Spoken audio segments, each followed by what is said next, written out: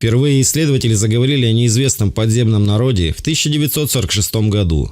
Это произошло после того, как писатель, журналист и ученый Ричард Шейвер рассказал читателям американского паранормального журнала Amazing Stories о своем контакте с инопланетянами, живущими под землей.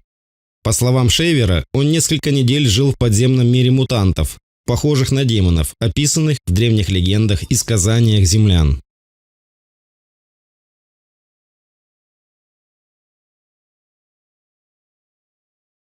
Всем привет!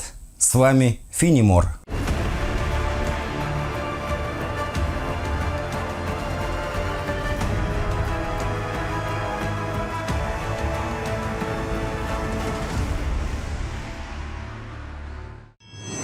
Практически у любого народа есть подобные мифы, повествующие о расе древних существ, населявших планету Земля, за миллионы лет до того, как на нее ступила нога человека. Бесконечно мудрые, талантливые и культурно развитые, они не желают иметь ничего общего с людьми. Можно было списать этот контакт на буйную фантазию писателя, если бы не сотни откликов читателей, утверждавших, что они тоже побывали в подземных городах, общались с их обитателями и видели различные чудеса техники, не только обеспечивающие подземным жителям Земли комфортное существование в самых ее недрах, но и дающие возможность управлять сознанием землян. Эта необычная история, как ни странно, оказала огромное влияние на ученых и дала новый толчок к изучению паранормального. Однако о том, что Земля является пустым шаром, утверждали в своих трудах английский астроном 17 века Эдмунд Галлей, писатели Жюль Верн в романе «Путешествие к центру Земли», Эдгард По в повествовании Артура Гордона Пима и некоторые другие. Более того, в XVIII-XIX веках в Соединенных Штатах Америки даже рассматривали возможность снарядить специальную научную экспедицию, которая доказала бы, что наша планета полый шар, и в ее недра легко проникнуть через отверстие в земной коре. Но, как выяснилось со временем, попасть под землю не так-то просто. Самая глубокая скважина на сегодняшний день находится на Кольском полуострове в России, недалеко от Мурманска, и называется Кольская скважина. Она была пробурена в исследовательских целях в 1970 году. Через 5 лет глубина Кольской скважины достигла 7 километров, это около 23 тысяч футов. Работы продолжались до тех пор, пока проект не был прекращен в 1989 году, поскольку бур застрял в породе на глубине чуть более 12 километров, почти 40 тысяч футов или 8 миль. Это нынешний рекорд глубины, достигнутый человеком. Таким образом, оболочка Земли гораздо больше, чем ученые могут раскопать. Ученые Третьего Рейха также очень интересовались таинственным миром подземелья. Например, еще в 1942 году при поддержке Геринга и Гиммлера экспедиция, в которую вошли самые передовые умы национал-социалистической Германии, в обстановке строжайшей секретности отправилась на поиски подземной цивилизации. Предполагалось, что дом сверхразвитых народов древности будет найден на острове Рюген, расположенном в Балтийском море. У экспедиции были и другие цели. Немецкие ученые всерьез надеялись, что если им удастся разместить под землей принципиально новые радарные устройства, то они вплотную приблизятся к цели мирового господства. В 1963 году два американских шахтера, Дэвид Феллин и Генри Торн, прокладывая туннель, увидели огромную дверь, за которой спускались мраморные ступени.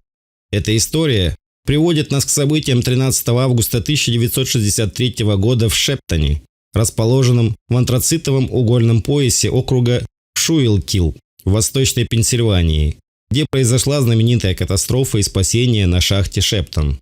Трое мужчин оказались в ловушке на глубине 330 футов под землей после обрушения шахтного ствола. Примерно через 2 недели, во вторник, 27 августа, двое из шахтеров Генри Троун и Дэвид Феллин были благополучно подняты на поверхность после того, как спасатели успешно пробурили в их камере 17, 1/2 дюймовый, а затем 28-дюймовый шпур. В то время как третий шахтер Лу Бова, оказавшийся в ловушке в другой части шахты, к сожалению, погиб. История выживания и спасения Трона и Феллина была достаточной, чтобы привлечь внимание всего мира. Но именно то, что они утверждали, что видели и слышали, находясь в шахте, привлекло внимание общественности. Заявления, в подлинности которых оба мужчины поклялись, как по отдельности, так и публично.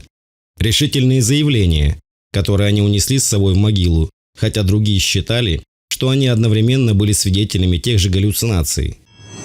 В газете «Филадельфия Инквайр» от 29 августа 1963 года были напечатаны показания под присягой Дэвида Феллина, в которых он говорил: «Теперь они пытаются сказать, что все это были галлюцинации, что мы все это выдумали. Это не так. Наш разум не разыгрывал нас. Я всю жизнь был практичным, твердолобым шахтером. Там в шахте мой разум был чист. Он и сейчас ясен». Далее Феллин сказал, что некоторые вещи, которые они с Троном видели, они не могли объяснить словами. А с другой стороны он заявил: «На 4-й или 5-й день мы увидели эту дверь, хотя у нас не было света сверху или из наших касок. Дверь была залита ярким голубым светом. Он был очень четким, лучше, чем солнечный свет. Двое обычных на вид мужчин, не шахтеров, открыли дверь.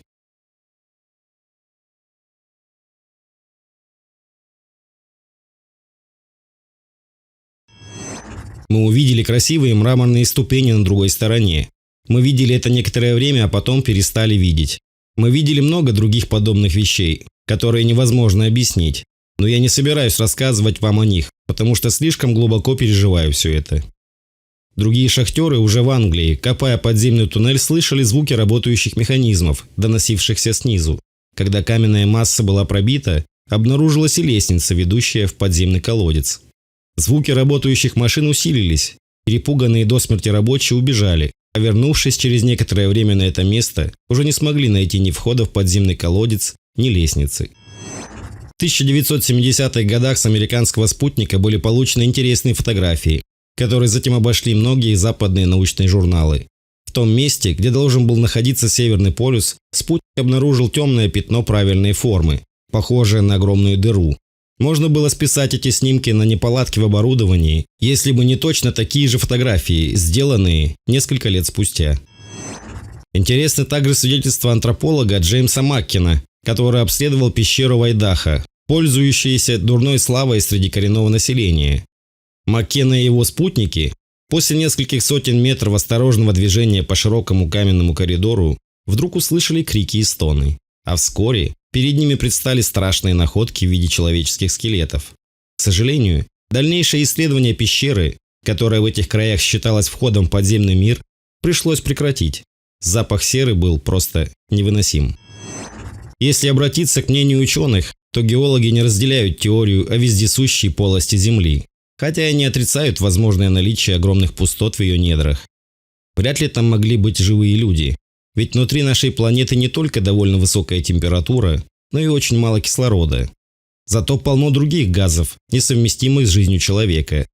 Все это побудило неугомонных исследователей создать новую гипотезу. Возможно, подземная цивилизация имеет неземное происхождение. А почему бы и нет? Возможно, инопланетные существа, устав от постоянных войн и раздоров человечества, перебрались под землю, откуда до сих пор наблюдают за нашим развитием. И именно из-под Земли, а не из других галактик, они время от времени появляются в небе на летающих тарелках, вступают в контакт с людьми и проводят над ними свои жесткие эксперименты. Но здесь возникает закономерный вопрос. Если наша Земля все же полая изнутри, то почему вход в подземный мир до сих пор не обнаружен?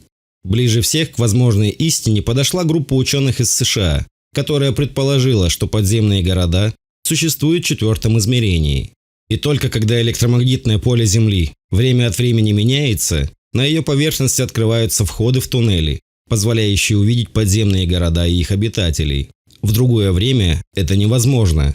И если мы действительно примем гипотезу, что в недрах нашей планеты обитают некие разумные существа, то многие загадочные явления найдут свое объяснение.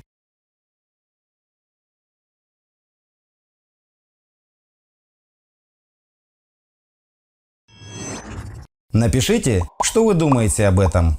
Спасибо, что были со мной. Здоровья, мира и процветания вам и вашим близким. Пока.